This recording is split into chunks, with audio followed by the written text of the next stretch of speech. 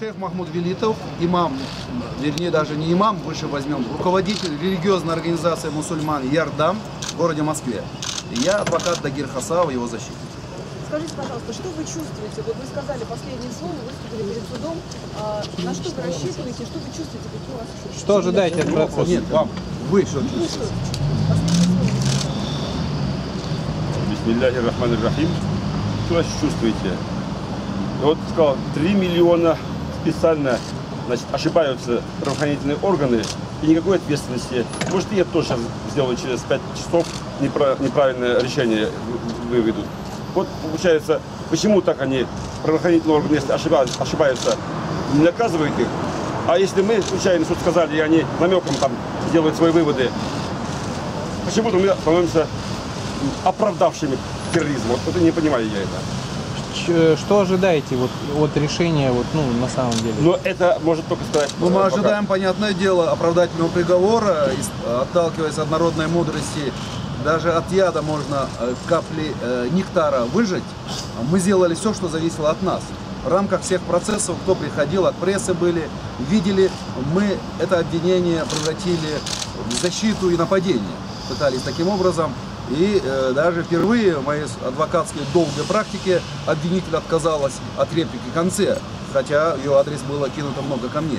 Поэтому это воспринимаем, здесь сказать было нечего, потому что проведенные экспертизы были незаконные, они были, часть из них проведены вне рамок судебного производства, нет, то есть даже следственного производства. С 2015 года, к сожалению, один из генералов, руководитель УВД округа, где мечеть находится, его уже сделал преступником. Мы обнаружили в материалах дела, чтобы закрепить преступную деятельность имама мечети. Всех мы показали. И эти легли в основу и сказали, не может быть переписка органов являться доказательством понимания УПК. К сожалению, нам приходилось объяснять прокурору, что такое доказательство, статья 74 УПК. Сведения, которые получают друг другу, дают, не могут являться доказательствами. И мы это, было подано 2 ходатайства об исключении из материалов дела этих проведенных экспертиз. Соответственно, если их вывести, ничего не остается. Есть 2 момента. Мы допросили из 6 экспертов 2. Учитывая это, были, как сказать, свидетели обвинения, они их обеспечивали. И вот одна из них, когда я задал вопрос, почему, откуда вы взяли слова, вот то, что его раздражает, поддержал экстремизм, то есть публично терроризм, она ответила из справки, которые дали с МВД. Тогда стало все на свои места. Справка, выданная из Дагестана Центра по борьбе с экстремизмом, послужила основанием для эксперта. Ну, в законе сказано, эксперты владеют научными познаниями, мы должны их перепроверить. Ничего не смогли сделать. Вообще одна из экспертов вызвала у меня подозрение в части психологической уравновешенности, потому что она дребезжала вот так, бумаги не могла, терялась, не могла ответить. Более того, следствие не смогли, прокуратура, различить комиссионную экспертизу, которую они назначали, то есть комплексную от комиссионной. Они подписывали все, что было написано все.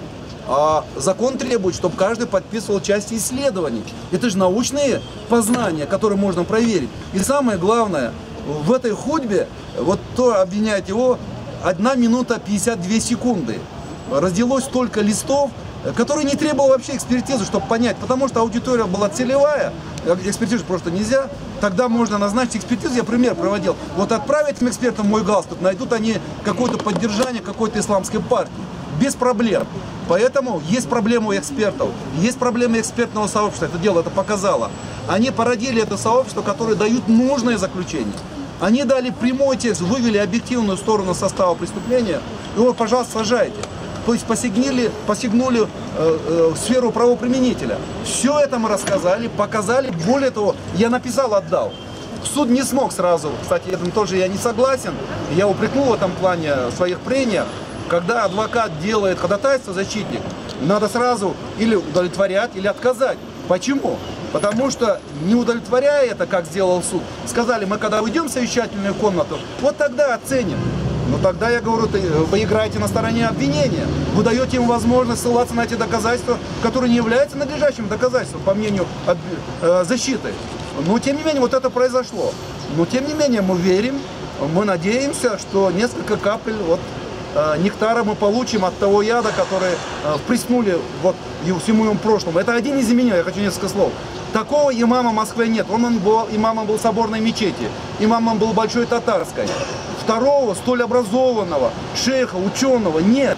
И вот еще одна сторона, которая нас огорчает, но надеемся, Аллах все это слышит и видит, что духовенство тоже молчало. Но с ними мы разберемся потом. Сначала разберемся в рамках предварительного судебного, чем это закончится, посмотрим 5 часов. Но мы надеемся, конечно, вправе надеяться на оправдательный приговор, потому что это был религиозный текст, это вмешательство государства, попытка оценить головой прокурора, следователя, то, что происходит в области религии. И вот этот терминологический момент, о котором сказал, считается, мы, я считаю, декриминализировали в рамках этого процесса.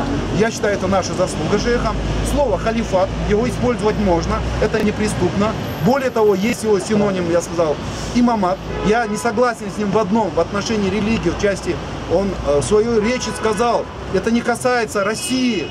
Пророческие слова не касаются, да, его не касается, но в России есть опыт создания исламского государства на Кавказе. Вспомните 50-летнюю войну кавказцев наших предков. Шейх Шамиль, он создал имамат, имамат и есть халифат. Поэтому все может быть, когда, если будет тирания. Если будет тирания, сказал пророк, за этим будет халифат. Будет царствование, тирания, в последующем халифат.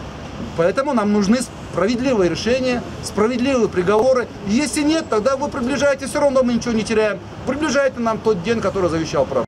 Как соблюдался принцип состязательности сторон в суде? Как вы считаете? Вот в суде, кстати, это соблюдался в полной мере. Я не могу сказать, честно говоря, мне очень понравился состав суда.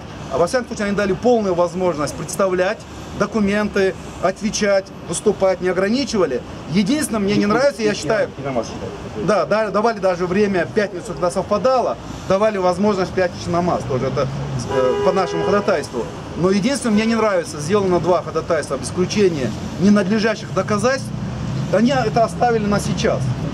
И тем самым, если бы, я объяснял, сразу удовлетворили или отказали, тогда я имел бы право делать другие ходатайства, в том числе требовать дополнительной экспертизы.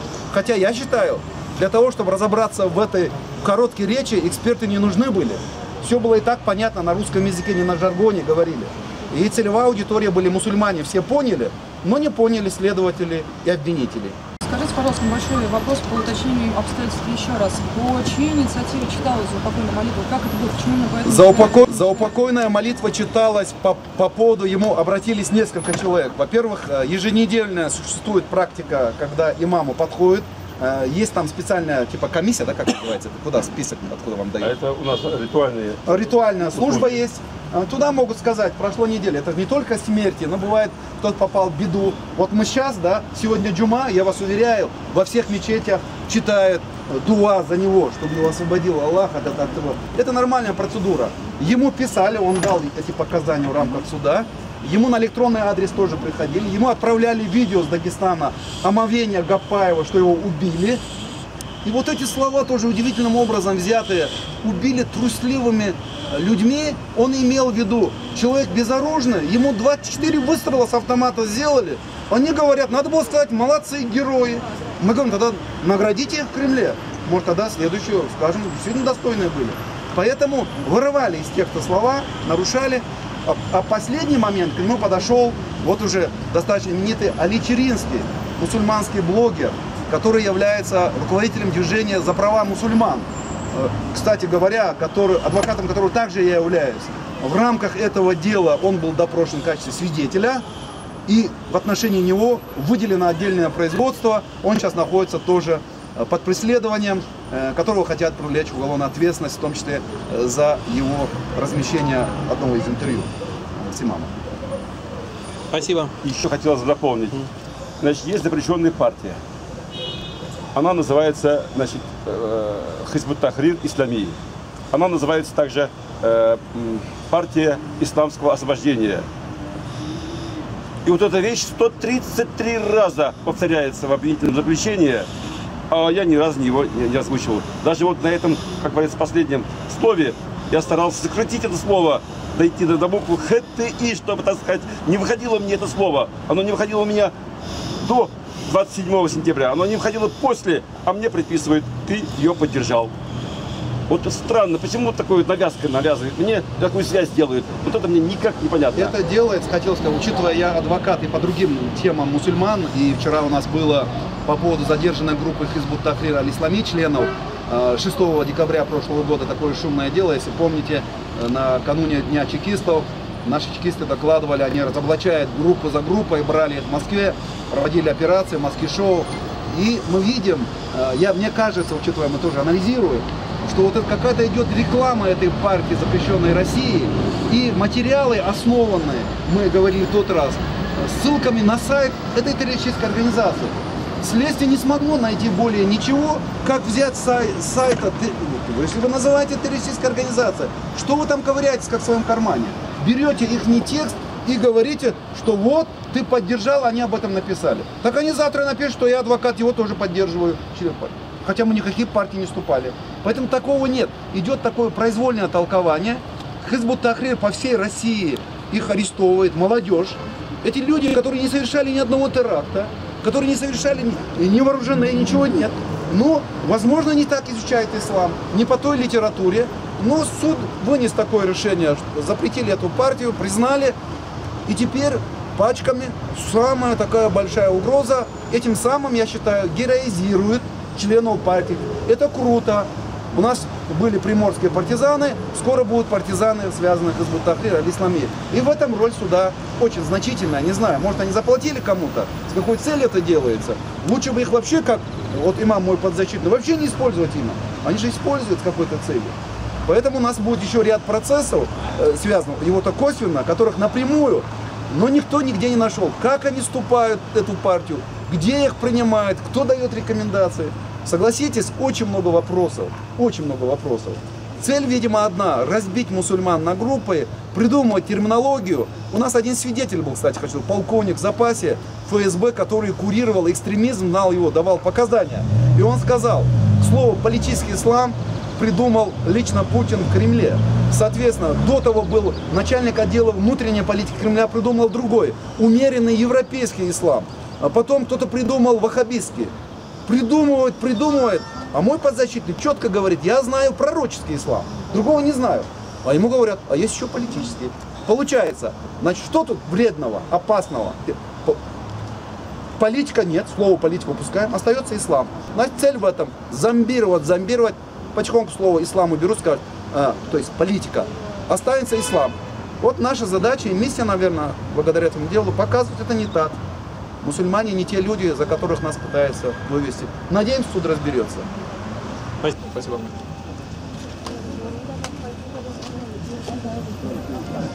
Ну, спасибо, что пришли. Дай Аллах, чтобы вы это, значит, преподнесли так, как нас поняли, не вырезая и не подделывая там под этих подначальственные всякие там эти мысли. А то ведь иногда делают, что начальник берет и сказать, вот, поддержал, а я не знаю, что поддержал. Не было, не переживали, что вас я не была. А там а вы же скачали,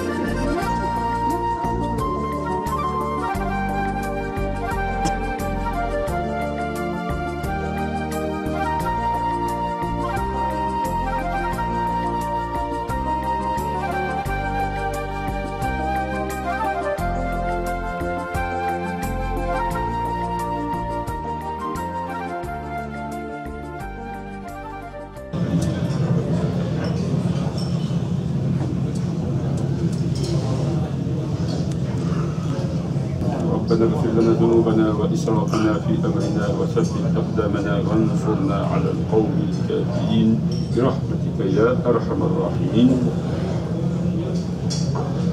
Расулуллах саллаллаху алейхи вассалям сказал, родитель и имам для мусульман является щитом, за которым сражаются и которым защищаются.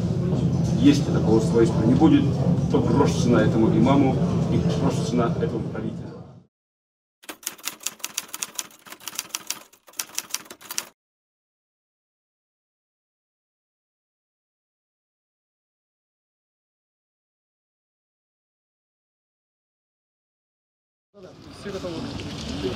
Конечно, неожиданное решение. Видимо, в данном случае мы должны воспринимать любое решение суда, как было в древнем Вавилоне во время закона Хаммурапи, как высшую справедливость, сам факт предания суду, так когда-то было. Но справедливость мы знаем, учитывая сегодня осудили религиозного деятеля, мы воспринимаем, осудили ислам, нашу веру. Мы давно наблюдаем, идет усиленная борьба против исламского восприятия мира. Это показательный пример, когда никаких доказательств нет, но решили авторитетного имама арестовать. Конечно, мы этого не оставим, обжалуем, будем обращаться в Всемирную исламскую конференцию. Все, что есть в мире, я обращусь во все инстанции. До сих пор я никуда не писал. Это ничем не оправданный шаг. Он был на свободе. Читал он хутбу 3,5 года назад. В то время наказания, которые требовали для исправления, якобы, исправления от чего? От религиозного восприятия мира, чтобы он принял криминальный мир, криминальные интересы, которые там где-то. Во всем есть благо, конечно, там тоже есть джамааты, там тоже, значит, через имама пойдет ислам. Вот в этом, может быть, есть как бы единственное благо от этого приговора. Но приговор, конечно же, несправедливый. Каким он бывает справедливым, мы знаем. Незаконный, необоснованный. Мотивировать не смогут. Я видел у председателя глаза или заплаканные, или красные, он понимает, или кровью облитые. Видимо, на него надавили. Он молодой председатель, первый раз. Хотя никаких контраргументов на ту позицию, которая была защитой, мы не получили. В материалах дела, если говорить, есть два документа. Первое от террористической организации. Суд сегодня поддержал, поверил террористической организации Хизб ут-Тахрир аль-Ислами больше, чем позиция защиты законом России. Они проигнорировали нормы российского процессуального права и нормы материального права. Посчитали, если Хизб ут-Тахрир пишет, вот это и есть для них закон. Ну что ж, пускай идут дальше таким путем. Однако второй момент, это была оперативная справка, которая получена из Центра противодействия экстремизму Дагестана. В Дагестане мы знаем, там был меньше месяца назад министр внутренних дел и сказал это явление профучет незаконным. А Гапаев находился в профучете, по их сведениям, как религиозный экстремист. В Дагестане и дети находятся как экстремисты на учете. Поэтому происходит что-то непонятное.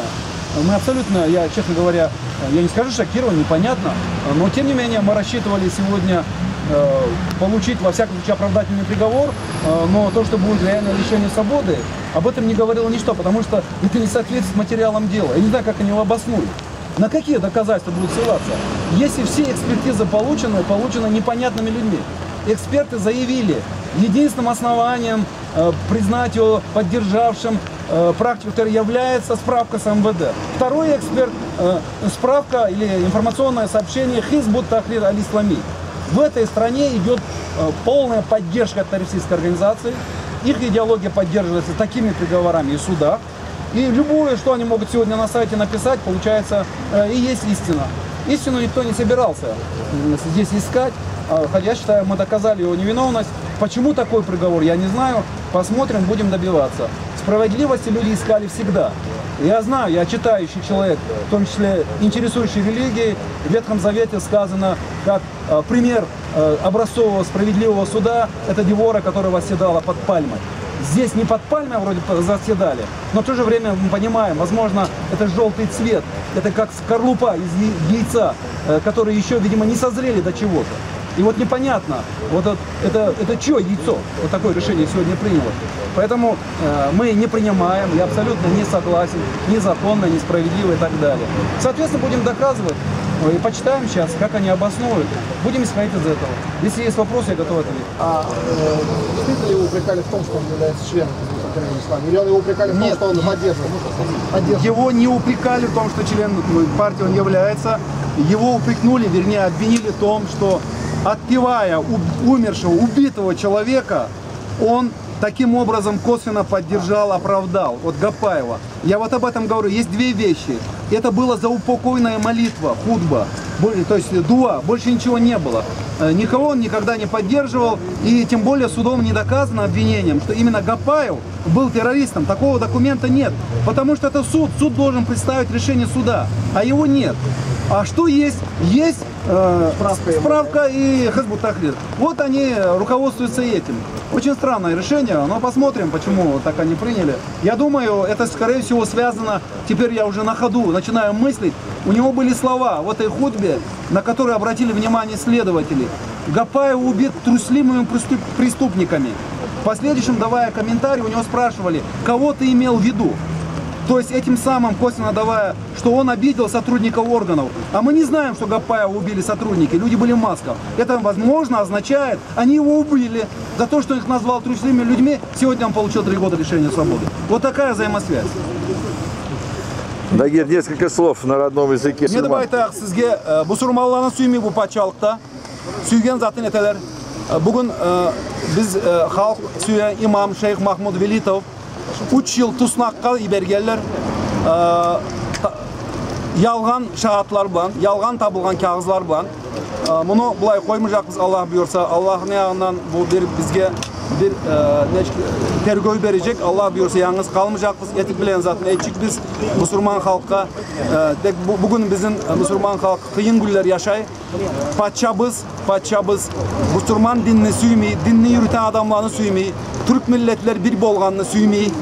Bundan bulay prigavorlar, bulay zatlar çığa ara. Bu sud mahkeme düz bir mahkeme olmadı. Olar göre oylaşacakız hali karayak ne yazgallar. Ne yalganlar yazına. Bäri de yalgan üstünden bulay 3 yıllık Tuşnaqqa ibergeller. Karacakız Allah buyursa koymayacakız onu yalnız, onda kalmayacak. Rahmat. Sağ olun.